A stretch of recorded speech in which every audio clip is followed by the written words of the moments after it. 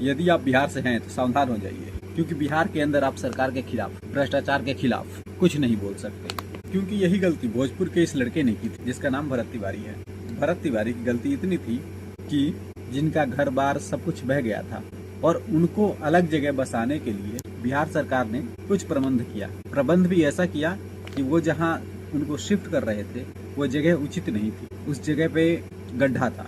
और इसी चीज की मांग को लेकर वो सरकार और प्रशासन से ये सवाल करता रहा कि इसको जो गड्ढा है इसको भर दिया जाए, सड़क के लेवल उसको मेंटेन किया जाए। बस इतनी सी गलती थी उसकी, और इस गलती के कारण उस लड़के को पागल करार देकर गोली मार दी गई, और वो भी पुलिस के द्वारा। और जिस तत्परता के साथ बिहार पुलिस ने ये कार्रवाई की है, पर जिस तत्परता के साथ भरत तिवारी पे कार्रवाई हुई, इतनी तेजी से आज तक ना तो किसी आतंकवादी पे कोई कार्रवाई हुई, ना किसी बलात्कारी पे कार्रवाई हुई, ना किसी भ्रष्ट अधिकारी पे कार्रवाई हुई, ना किसी भ्रष्ट नेता पे कार्रवाई हुई। लेकिन सच बोलने और सही चीज को दिखाने के कारण भरत तिवारी को पागल करार देकर गोली मार दी जाती है, और ये दिखाने की कोशिश की जाती है कि आप सरकार के खिलाफ कुछ भी बोलेंगे, पहले आपको पागल करार कर दिया जाएगा, उसके बाद आपको गोली मार दी जाएगी, तो आप सरकार के खिलाफ कुछ नहीं बोल सकते। और दूसरी ओर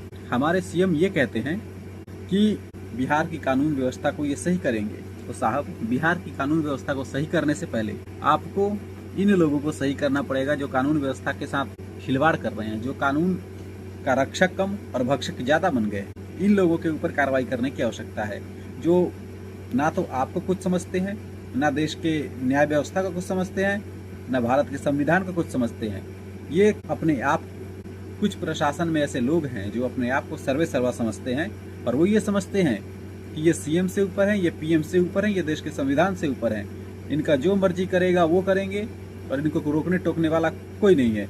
और इसी के कारण आज भरत तिवारी को अपनी जान गंवानी पड़ी। इसी अहम के कारण एक नौजवान मारा गया, एक हंसता खेलता परिवार बर्बाद हो गया। तो इस चीज को सबसे पहले निकालने की आवश्यकता है, उसके बाद ये दम भरना कि आप बिहार की कानून व्यवस्था को सुधारोगे। जरूरतमंदों की आवाज बनना कहीं कोई गुनाह नहीं है। और क्या हो गया अगर उसने आपके खिलाफ भी कुछ बोल दिया? आप बिहार के सीएम, आप बिहार के गार्जियन हैं, और गार्जियन का यह कर्तव्य बनता है कि वो पूरे परिवार की देखभाल करे। अगर आपसे कोई त्रुटि हुई है तो उसको दिखाना भी उस परिवार का दायित्व बनता है, और बिहार आपका परिवार है, ये बात आपको पता होनी चाहिए। और आप पूरे बिहार के मुखिया हैं, और जो राजा अपने खिलाफ कोई बात नहीं सुन सकता, जो अपनी अवहेलना नहीं सुन सकता, उसको राजा बनने का भी कोई अधिकार नहीं। जय हिंद।